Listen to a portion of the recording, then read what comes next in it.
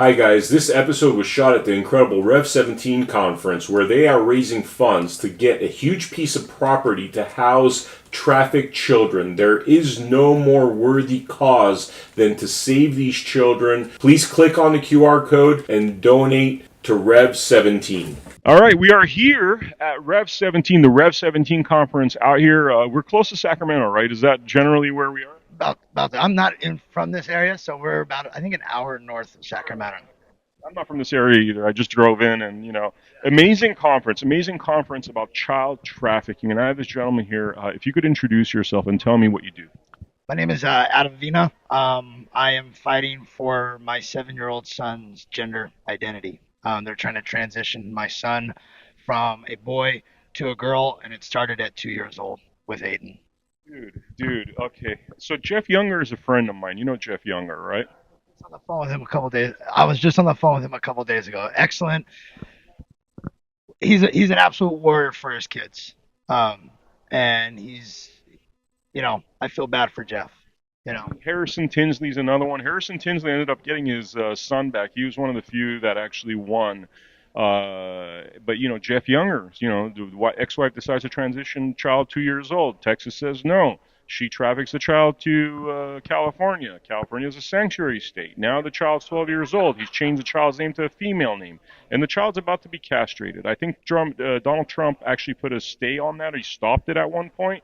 But this is the kind of situation that fathers and some mothers, but it's primarily fathers. I mean, to break it down, it's probably like 90% fathers and 10% mothers this happened. It does happen to mothers.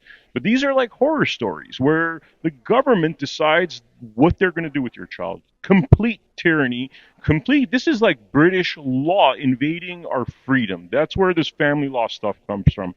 I'm going to give the mic to you. Tell me your whole story. Yeah. And I just want to tell you that your followers, there's a lot of bad bills that are going on here in California. We've got SB 107, which made California a transgender sanctuary state. We got AB 1955, where schools can now keep secrets from parents. We've got AB 665. We've got a whole host of bills that are so anti-parent here in the state of California, and it seems like it's been written by one senator here, Scott Wiener. It seems like he's the author or the. Sorry, Scott Wiener is the LGBTQ plus pervert guy, right? Yes, he is. Yes, he is. No, I'm glad you're clarifying on that. Yes, Scott Wiener is I'll put it mildly, a very interesting person. He's absolutely obsessed with children and separating traditional families and their values. My story is basically I have a son. He's now getting ready to turn 7 here in a few days. I first received a photo from my son's mother of my son in a pink dress when he was 2 years old. I spoke out against it, and I had thought it had stopped. And on my son's 3rd birthday, we were potty training him at the time. He said, "Daddy, I got to go to the bathroom." I said, "Great. Do you want help or do you want to do it by yourself?" He said, "No, I want to go by myself." I said, "Great. Let me know if you need anything." So he comes out, he goes, "I need help washing my hands." We washed his hands, and as we're leaving the restroom, he looks at me and says, "Mommy bought me a pink dress." The way I'm going to tell you and the way I'm going to tell your followers is I got down on one knee, I looked him in the eyes, and I said, "Hey, buddy, you're a boy, not a girl, and boys don't wear dresses." And he looks at me and says, "Okay, Daddy," and we went on with his birthday. A few days later, I was angry, and I sent out a bunch of text messages to his mother. None of those text messages were any violence. No text messages, "I'm going to come over there and kidnap him." It was, "He's a boy, not a girl," and there was bad words in those text messages. But they were able to get a temporary restraining order taken out on me, which kept me from my son. And the judge ordered 2 FaceTime conversations with him. I had to sit there and look at my son, talk about his dresses. He had nail polish on. He had a treasure box full of girl things. He had earrings. And me being a father, I was not allowed to say anything because if I said something, it'd be a violation of the restraining order or the temporary restraining order. So I couldn't say anything. The judge also ordered a gender assessment to be done on my son at 4 years old. I requested to sit in on that gender assessment, and they denied me that. They denied me the therapist that I had hired. to ask questions. They denied me that, and they denied me a phone call. In the last 4 going on 5 years, I have not once spoke to Children's Hospital of Los Angeles. Not once has Children's Hospital of Los Angeles called the father to ask what I think is going on with my son. So my case has been very, very one-sided. I have never hit my son's mother. I've never hit my son's mother. It has been all verbal fights between both of us, and I always left the house when we were living together. But they were still able to get the 3 year temporary, and now it would be a 5 year temporary because I'm not gender affirming my son. Um, I have basically lost everything, dude. I have lost all my parental rights, my father's rights. I've lost my Second Amendment because of this. His grandparents have not seen their grandson in almost 5 years. This has been a tremendous heartache on my family. I'm not a dopehead. I'm not an alcoholic. I've got an amazing job that I work extremely hard to get. Um, and they have criminalized me because I'm not gender affirming my son. My son goes by Luna too. So me and Jeff Younger's story is pretty much similar, except they were living in Texas and came to California. But me and Jeff Younger's story is almost identical when it comes to stuff. I wanted to mention this, dude. I mean, I haven't talked about this a lot. I mean, I've maybe mentioned it a few times. I actually haven't seen my kids for 8 years, and the reason I haven't seen my kids for 8 years is because my ex-wife kidnapped and trafficked them. I have evidence that they create basically fraud. I mean, stuff that, like, for example, if she had done what she did in family law court with fake documents and just full on fraud. I'm talking about hiring literal actresses that pretend they're social workers to say bad stuff about me because they couldn't get bad stuff. Now, if this was a regular civil court, she would have been in jail for a very long time because that is like gross perjury. That's like fraud upon the court, which is the worst thing you could do. But in family law court, because these judges were so corrupt, it was obvious, although I don't have receipts that the judge was bribed, it was very obvious that that was going on. And so these kind of Voted on by the judges. The family court judges aren't voted on; they're governor appointed. So a lot of these family court judges are activist judges, and they're trained in these matters, heavily trained, and again, majority of the time, it's there's there's no money to be made with the safe parent in family court, only the unsafe parent. Because with the unsafe parent, the revolving door for family court is always revolving. Everybody makes money when it comes to the family court with the unsafe parents. Minors counsel makes money, your attorney makes money, her attorney makes money, the judge makes money. Everybody's making money as long as that revolving door, as long as they're continuing and continuing and continuing the court case. And family court is it's a corrupt system. and these stories that you're talking about, I mean, this is treason against our Constitution. This is treason against our values. These people should be tried for treason. That's what the law should do. But like they're protected by the governors, whereas all of them should be in jail. They're criminals. Absolutely, I think we need to get rid of the judge immunity, and I don't think family court judges should be governor appointed. They need to be voted on by the people. Question: why do we even need family court? We have civil courts. The family court. I mean, I was just talking with Mary Flynn O'Neill about. She's like, we got to abolish this stuff. It's crazy. Like, and make the churches where that's where the foster care homes are.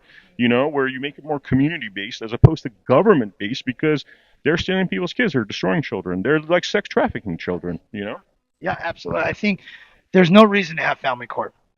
There's really no reason to have it. It needs to just be one court, and that's it. I think if it was a normal court system, they would family court in my situation. And I think it happens in a lot of situations, but in my situation, they only ruled on feelings and emotions. They don't rule on facts and evidence because And if you walk in there, it's like, oh, I decided I'm gay, and you're all an emotional feminine men, that will probably get you further in family court. But if you're like a stoic like dude that's like an alpha, they want to destroy you basically.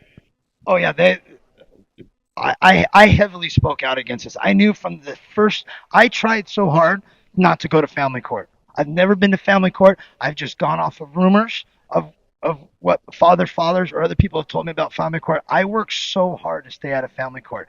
I did everything I possibly could to stay out of the family court system because I knew as soon as we stepped foot in there, I was going to get screwed. And that sure enough was what happened. They never, I had, I, I've never done anything bad in my life, and they still treated me as a criminal. You're a man. You're a man, so you're a criminal. I mean, that's literally what family court is. You're a man, you're a criminal, guilty before proven innocent, and good luck proving yourself innocent when there's feelings and emotions and all this nasty stuff being said about you. Damn the evidence. They don't care there's evidence. And we see the sort of thing where Russell Brand, UK is now bringing him to court for some rape that happened 21 years ago. You keep hearing these stories. The rape is from 21 years ago, 30 years ago. And really, I mean, if you look at Russell Brand, he's been talking a lot of freedom stuff that the UK government doesn't like, and seems more like political persecution than anything else. A lot of these guys that they keep dragging him through court, I mean, I'm not a big fan of the Tate brothers, but they keep dragging him through court. Nothing sticks, and they keep dragging him to court again. And it's like because it seems like more because they're doing this talk, like, and they're doing it on a big megaphone level. And those guys they want to shut down. So it's like I'm sure they're doing everything possible to. They want to get rid of the masculine men. They want to get rid of the masculine men. They want to get rid of our traditional family values. Our country was based on traditional family values, and they're tearing that apart. They're tearing apart the traditional family values. They're getting rid of the dinner table. They're separating the children, and California's just making it so difficult for families to be families. When you're having to work 3 or 4 jobs, you've got no time to spend with your kids. You don't know what's going on with your kids, and to me, it seems like it's all pretty much by design to tear down that traditional family values. You know, Crazy, man. It's where are we now with the whole what's happening with your son? Like, do you have any hope that this is gonna? I mean, I shake my head with my kids because my kids are in England, by the way, right now. Because my ex took them over there, and it's kind of like people ask me, I'm like, how do I even deal with this? Like, you need massive government intervention to fix these kind of issues. yeah. Um, so I got Aiden's birthday on the 25th. I had Father's Day. It's been a rough month. Well, it's been a real rough 4 years. But anytime it comes around holidays or Father's Day or his birthday, it takes a toll on me. And I'm trying to grasp that I won't see Aiden until he's 18, and, and that's where I'm at now. I've done everything in my power to try to protect him and save him, and it's gotten me nowhere. So, what happened with Jeff? Didn't President Trump do some kind of stay on Jeff situation? So I don't know. President Trump, he signed an executive order to ban all federal funding to the children's hospitals. So that went into effect, and then the ACLU came in and paused it, so it continued down the road. But just recently, and I don't know where Jeff stands with medical insurance and that kind of stuff. Just recently, Children's Hospital of Los Angeles has banned gender affirming care, but that's only for people that can't afford it. So Medi-Cal, Medicaid, and anything federal funding. But in my situation, I'm still dealing with private insurance. So my son is on my private insurance, which is, from what I understand, the gender affirming care will still continue because I'm on private insurance. But if I cut Aiden off of my insurance because it's court ordered, I could face jail time because I cut him off of my health insurance. In California, they would throw you in jail. From my understanding, because it's court ordered. So I would be in violation of a court order if I cut Aiden off of my health insurance. Not only can't you see your kid, now you got to still pay for him, pay for child support. Yeah, I pay $1,400 a month in child support. I mean, I think our viewers out there know, like, marriage rates have plummeted. Men don't want to get married. It's like, for most men, the idea of marriage or even having a female that they even have a semblance of trust in is a non-starter. This is where we are in this world right now, societal collapse. Yeah. And I think it's all been done by design. I really do. Birth rates are low. I think this gender affirming care is another way to lower the birth rate. You castrate and you put a bunch of kids on puberty blockers, boys or girls, or you tell them that they're born in the wrong body, they're not going to have kids. So now our birth rate's going to go down, the population's going to go down, and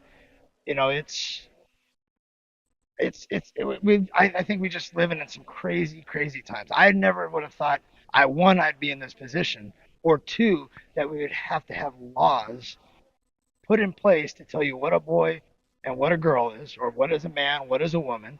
You know, we kind of we, our society can't define what a woman is. We're blocking children's puberty, and it doesn't seem like there's enough people out there saying this is enough. This has got to stop. You know, The docile nature of the American public is by far, honestly, more repugnant than what these politicians are doing because they're allowing it to happen. They're allowing it to happen. You put this stuff in front of people's faces, they're more worried about their MBA and their football games and actually what is happening with their children. So and on top of that, here's where I have a big issue, right? And I think this comes from the fact that I'm of Armenian descent. Um, you have schools telling um, kids what their sexual identity is, right? I know from my culture, this isn't a negotiation. The fact that people are like, oh, we need to debate with these people. No, no. If they're going to abuse your children like that, that's when you show up with 100 dudes to that dude's door and you beat the piss out of him. Now, I'm sorry, I'm not condoning violence, but I could tell you, when Antifa went all around the country and tried to attack these neighborhoods, right? Two neighborhoods that they went to where they got the piss beat out of them. One of them was the Armenian neighborhood of Glendale. The other one was, I think, the Muslim neighborhoods of Wisconsin or one of those states, right? And they were just like, no, dude, this is not even this is not even a conversation. Like, you want to touch my kid, I'll fucking kill you. Like, sorry about that. But that's so, like, the fact that we're negotiating with these terrorists and people are okay with having debates about what is their life, liberty, pursuit of happiness, and property embedded in our Constitution. This is not a debate. it's not a debate. Again, I'm going back. We've fallen so far, but we're allowing boys into women's spaces. Where's the outrage in that? We're allowing boys to compete in girls' sports. Where's the outrage in that? I mean, we have fallen so far as a society. Just the United States. It's disgust again. It's disgusting to see how far we have fallen.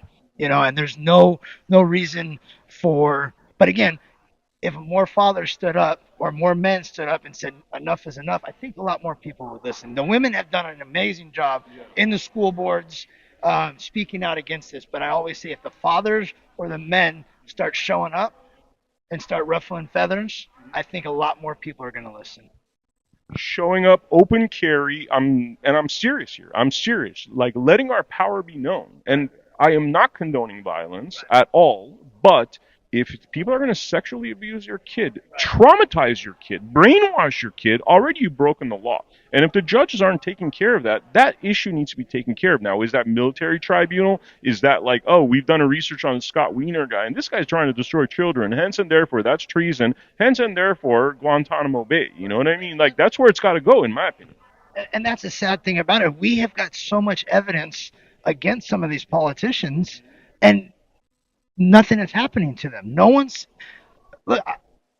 I'm I got my kid taken away because I didn't want him in girls' clothes. That kind of stuff. Why are we not throwing these politicians in jail? Why hasn't anybody gone to jail? It's they would throw you and I in jail in a heartbeat. But these They throw us in jail for doing nothing. They'll make up some kind of shit. Yeah.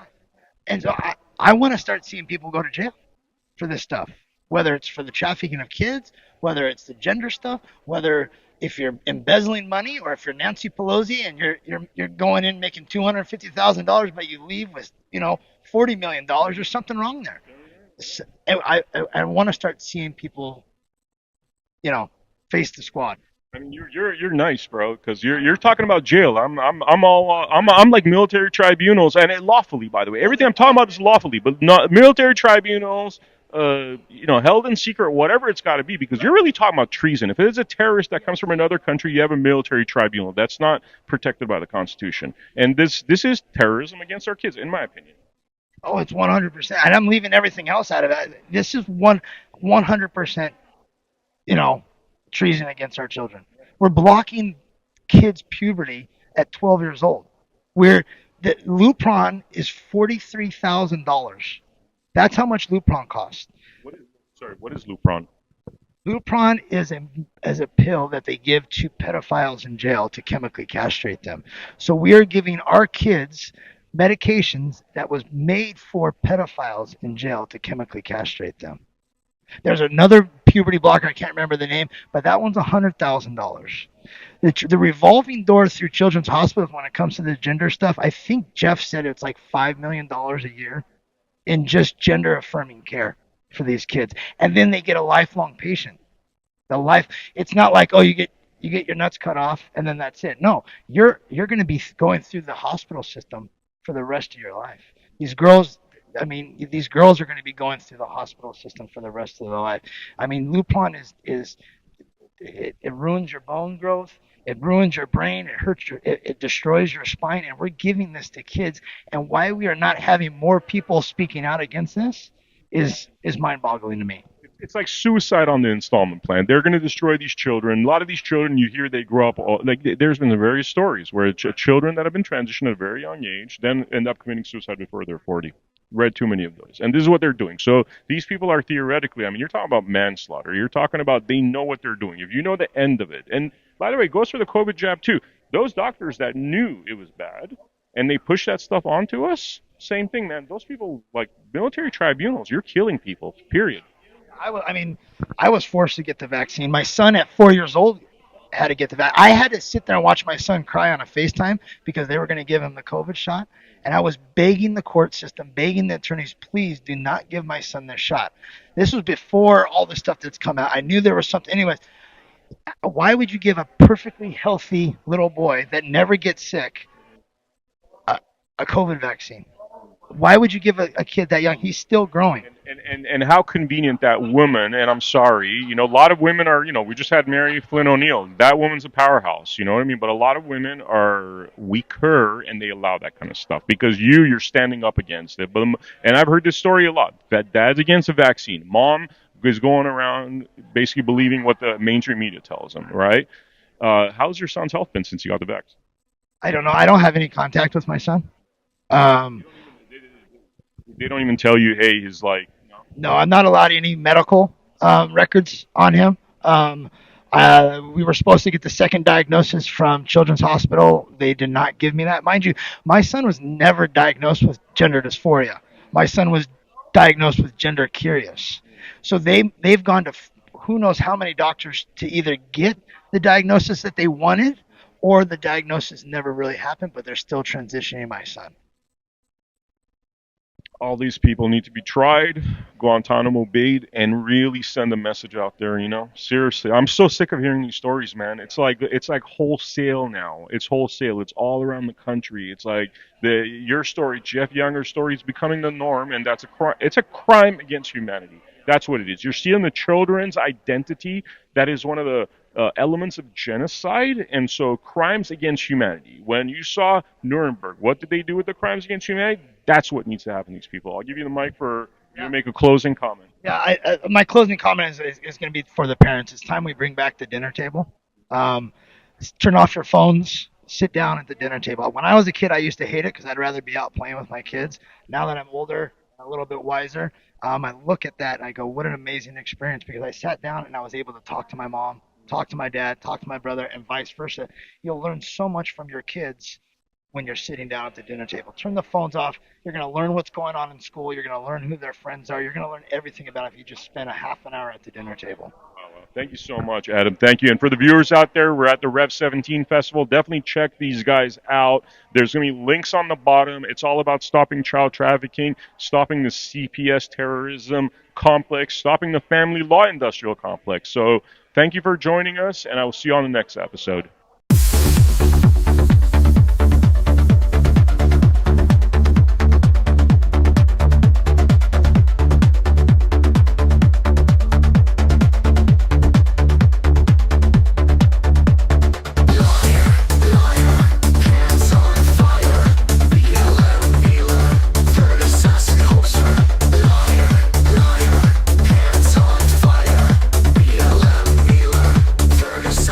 Closer.